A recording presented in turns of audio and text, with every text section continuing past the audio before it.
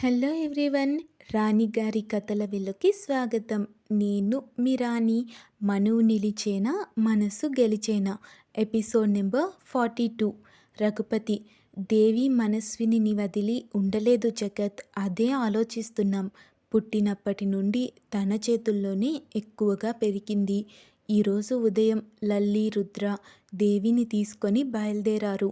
మోక్షని వదిలి రాను అని ఏడ్చి ఏడ్చి చాలా గొడవ చేసింది. మోక్ష అశోక్ నచ్చజెప్పి బ్రతిమలాడి చాందినిని బాబుని చూపించి కాస్త ఊరుకోబెట్టి ఆడించడానికి తీసుకెళ్లారు అని చెప్తాడు బాధగా. జగత్: ఇప్పుడు మీరు వెళ్ళాల్సిన అవసరం ఏముంది అని అడుగుతాడు రుద్ర లల్లీల వైపు చూస్తూ. రఘుపతి: అదేంటి జగత్ అలా అంటావు? ఎంతైనా ఇది మోక్ష అత్తారిల్లు కదా.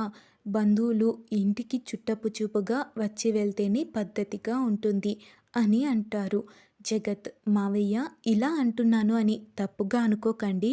లల్లి అశోక్ మీ కూతురు కొడుకు కాదని తెలిసినా సరే మీ దగ్గరే పెట్టుకున్నారు వాళ్ళని. ఎందుకు? పద్ధతి ప్రకారం అయితే పరాయి వాళ్ళతో ఎందుకు నాన్న అని పిలిపించుకుంటున్నారు? వాళ్లకు మీకు సంబంధం ఏంటి? మీ ఇంట్లో ఉండడానికి వాళ్ళకి అధికారం ఏంటి? మమకారం ఒక్కటే కదా మీ మధ్య బంధం అని అంటాడు రఘుపతి వైపు సూటిగా చూస్తూ. రఘుపతి మౌనంగా ఉండిపోతే జగత్ని మాట్లాడుతూ, ఇన్నేళ్ల తర్వాత మీ అందరి మధ్య అపార్థాలు తొలగిపోయి హ్యాపీగా కలిసున్నారు. ఇప్పుడు నా కోసం మోక్ష మీ అందరినీ, ముఖ్యంగా తన తల్లిలా అనుకునే దేవిని వదిలి రావాల్సిన అవసరం లేదు. ఈ విషయం గురించి ఆలోచించి నేను ఒక నిర్ణయం తీసుకున్నాను. అందరం కలిసి ఉండడానికి ఒక ఇల్లు కొన్నాను. దాని ఫర్నిచర్ వర్క్ కాస్త పెండింగ్ ఉండడంతో అది చేయిస్తున్నాను. అది కంప్లీట్ అవ్వగానే అందరినీ తీసుకెళ్ళి సర్ప్రైజ్ చేద్దామనుకుంటే అంతలోనే ఇలా అయింది. ఇందులో నా స్వార్థం కూడా ఉంది. ఆ ఇల్లు భార్గవ్ వాళ్ళ ఇంటికి దగ్గరలో ఉండేలా తీసుకున్నాను. సౌమ్య కోసం అని చెప్పి రఘుపతి వైపు చూస్తాడు.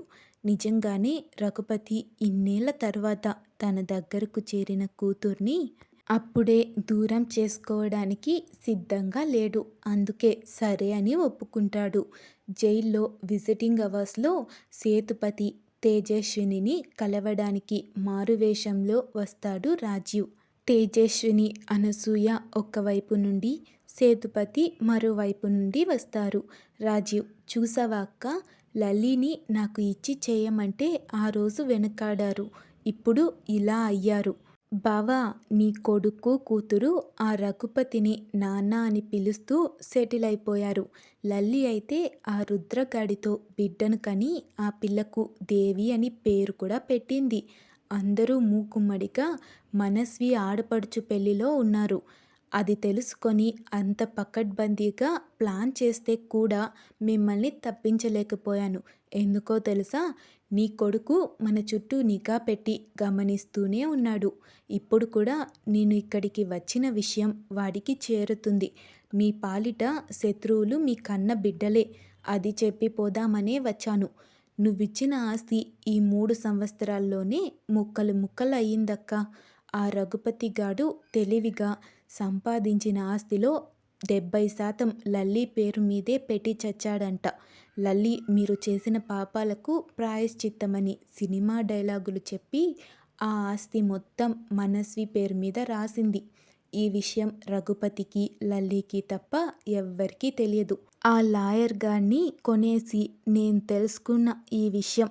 పైగా అందరూ కలిసి ఒకే కొంప కొని అందులో సంతోషంగా వెలగబోతున్నారు. మనల్ని ఇలా నాశనం చేసి వాళ్ళు సంబరాలలో మునిగి తేలుతున్నారు అని చెప్తాడు కసిగా. సేతుపతి: మనం ఉండనివ్వం కదరా. ఇన్ని రోజులు వాళ్ళని చంపి పగ తీర్చుకోవాలి అనుకుంటున్నా. కానీ కాదు. నిజంగానే ఆ మనస్విని మన కాళ్ళ దగ్గరకు తెచ్చుకుంటే అందరి జుట్టు మనకు అందినట్టే. దాని మొగుణ్ణి చంపైనా సరే దాన్ని పెళ్లి చేసుకో. ఆస్తి మనదే అవుతుంది, పగ నెరవేరుతుంది అని అంటాడు ఆవేశంగా. అనసూయ: కరెక్ట్గా చెప్పావురా. ఇదంతా ఆ మనస్వి బ్రతికి ఉండడం వల్లే వచ్చింది. ఆ రోజే అది చచ్చుంటే ఆ రుద్రగాడు మన కాళ్ళ దగ్గరే ఉండేవాడు కాబట్టి ఈ దుస్థితి పట్టేది కాదు. రాజీవ్, మన కర్మ కొద్దీ ఇప్పుడే మొగుడు పెళ్ళాలు ఇద్దరూ కలిసిపోయారు. దానికి పిల్లలు పుట్టే ఛాన్స్ లేదంట. ఒక అనాథ పిల్లని దత్తత కూడా తీసుకున్నారు. మనస్వి దగ్గరికి కూడా ఎవ్వరూ వెళ్ళలేరు. ఒక పక్క మొగుడు, ఒక పక్క నాన్న, మరో పక్క అన్న కాని అన్న. వాళ్ళు చాలదు అన్నట్టు ఆ హర్ష కాపు కాస్తున్నారు. బయటకి తెలియడం లేదు కానీ దాన్ని కంటికి రెప్పలా కాపాడుకుంటూ ఉన్నారు. దాని మెడలు వంచి నా దగ్గరకు తెచ్చుకోవడం కష్టం కాదు. వాళ్ళందర్నీ దాటుకొని దాని దగ్గరకు వెళ్ళడమే కష్టం అంటాడు. అనసూయ అందుకే చెప్తోంది, సాహసం చేసినా ఫలితం దక్కుతుంది. అది మన చేతిలో ఉంటే ఎవ్వడూ మనల్ని ఏం చేయలేడు. నా మనవుడే ఈ జైలు నుండి విడిపించి మరీ తీసుకెళ్తాడు. అందరూ మన కాళ్ళ దగ్గరికే వస్తారు అని చెప్తుంది కసిగా. తేజస్విని మాత్రం మౌనంగా ఉండిపోతుంది. రాజీవ్, సరే అత్త, ఇక ఆ పని మీదే ఉంటా అని చెప్పి అక్కడి నుండి వెళ్ళిపోతాడు. కానిస్టేబుల్ పిలవడంతో వీళ్ళు కూడా జైలు లోపలికి వెళ్ళిపోతారు. లల్లి, మోక్ష వంట చేస్తుంటే కిచెన్ గట్టుపై కూర్చొని క్యారెట్ తింటూ హాల్లో నేల మీద కూర్చొని పిల్లల్ని ఆడించుకుంటూ ఉన్న హర్షకి సైట్ కొడుతూ ఉంటుంది లక్కీ. వాళ్ళిద్దరూ తనని చూసి చిన్నగా నవ్వుతూ, ఏంటి మా హర్షని చూపులతోనే తినేస్తావా ఏంటి అని అడుగుతుంది కళ్ళెగరేస్తూ లల్లి. లక్కీ, ఎంత కొడుతున్నా వాడికి తగలడం లేదు కదా అక్క అంటుంది అతని వైపు కోపంగా చూస్తూ. మోక్ష, అవును, నీకు హర్ష మీద లవ్ ఎలా స్టార్ట్ అయింది? అంటే మీ అమ్మ నాన్న నువ్వు కూడా జగత్ గారిని పెళ్లి చేసుకోవాలి అనుకున్నావు అన్నారు కదా ఆ రోజు, అందుకు అడుగుతున్నా.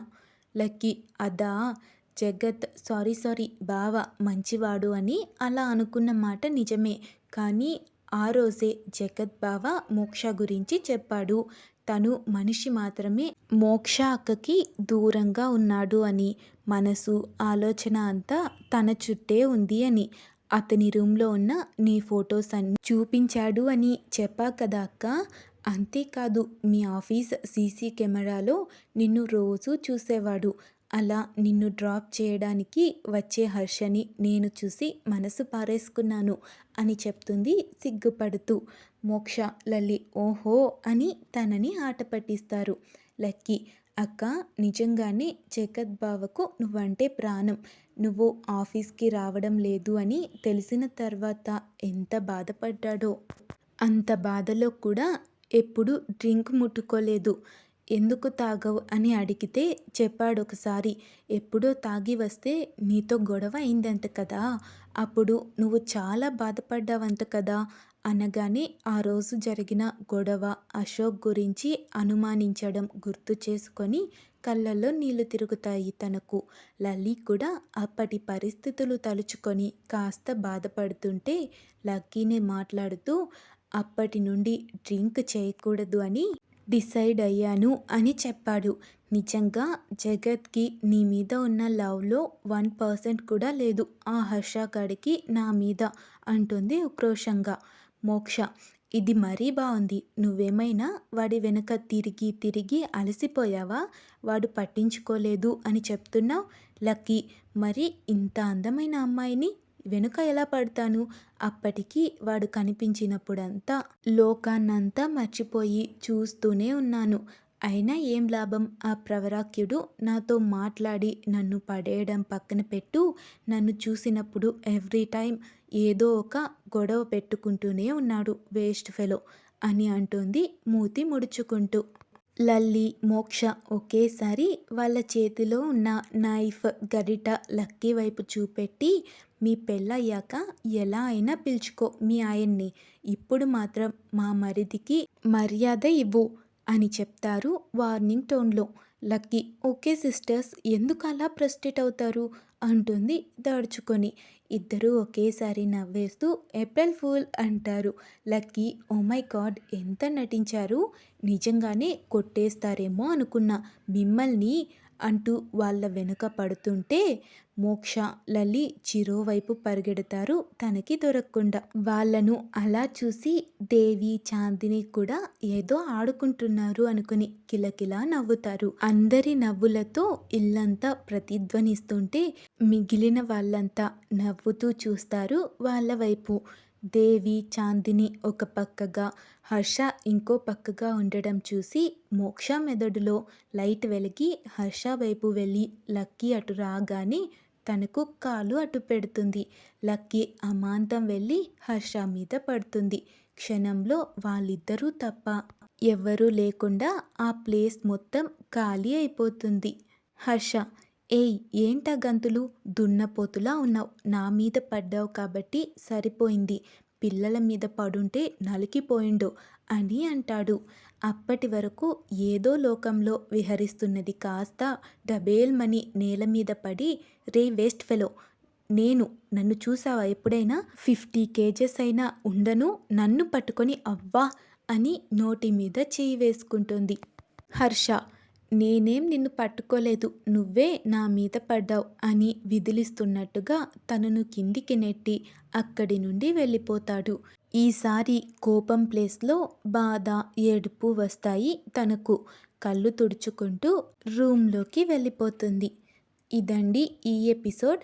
సేతుపతి వాళ్ళు అనుకున్నట్టే చేస్తారా?